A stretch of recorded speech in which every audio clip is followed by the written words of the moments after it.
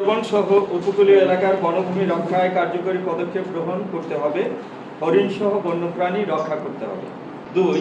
পাথরঘাটা উপজেলার বাজার, মাছের আড়ত, নদীঘাট ও জনসমাগম স্থলে অবৈধ পলিথিন বিক্রয়, ব্যবহার ও মজুত বন্ধে নিয়মিত অভিযান পরিচালনা করতে হবে।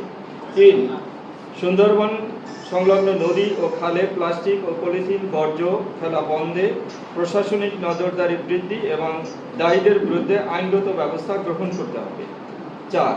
উপকূলীয় ও নদীভিত্তিক এলাকার বিশেষ করে ট্রলারঘাট ও মাছ অবতরণ কেন্দ্রে প্লাস্টিক বর্জ্য ব্যবস্থাপনার জন্য নির্দিষ্ট সংগ্রহ ব্যবস্থা ও ডাস্টবিন স্থাপন করতে হবে। 5. শিক্ষা প্রতিষ্ঠান, বাজার কমিটি, জেলে সম্প্রদায়, সাংবাদিক ও যুব সংগঠনকে সম্পৃক্ত করে পলিথিন মুক্ত পাথরঘাটা নিরাপদ সুন্দরবন শীর্ষক সচেতনতামূলক কার্যক্রম গ্রহণ করতে হবে। 6. পলিথিনের বিকল্প হিসেবে কাপড়, পাট ও কাগজের ব্যাগ ব্যবহারে উৎসাহ দিতে স্থানীয় ব্যবসায়ী ও বাজার কমিটিকে সম্পৃক্ত করতে হবে। 7. নদী ও খালে জমে থাকা প্লাস্টিক বর্জ্য অপসারণে উপজেলা প্রশাসনের উদ্যোগে নিয়মিত পরিচ্ছন্নতা অভিযান পরিচালনা করতে হবে। 8.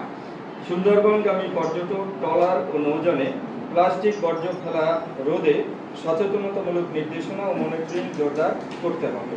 9. ইউনিয়ন পর্যায়ে বর্জ্য পৃথকীকরণ ও পুনর্ব্যবহার রিসাইক্লিং ব্যবস্থা চালুর উদ্যোগ গ্রহণ করতে হবে। 10. উপজেলা প্রশাসনের নেতৃত্বে বন বিভাগ, সাংবাদিকদের সংগঠন, পরিবেশবাদী সংগঠন ও যুব প্রতিনিধিদের সমন্বয়ে প্লাস্টিক দূষণ প্রতিরোধে মনিটরিং কমিটি গঠন করতে হবে। 11. সুন্দরবন তথা পাথরঘাটা উপজেলাকে ধাপে ধাপে পলিথিন মুক্ত উপজেলা ঘোষণার কার্যকর উদ্যোগ নিতে হবে।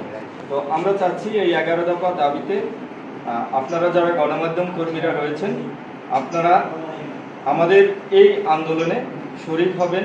সহযোগী হিসেবে আমরা সবাই মিলে ঐক্যবদ্ধভাবে এইরকম একটি আন্দোলন গড়ে তুলতে চাই এবং গণমাধ্যম কর্মী হিসেবে আপনার যে ভূমিকা, সেই যথাযথ ভূমিকাটা আপনি পালন করবেন এবং প্রশাসনের যে ভূমিকা, সেই ভূমিকা যাতে যথাযথভাবে পালন করে সেই জন্য তাদেরকে আমরা জবাবদিহিতার মধ্যে আনতে চাই।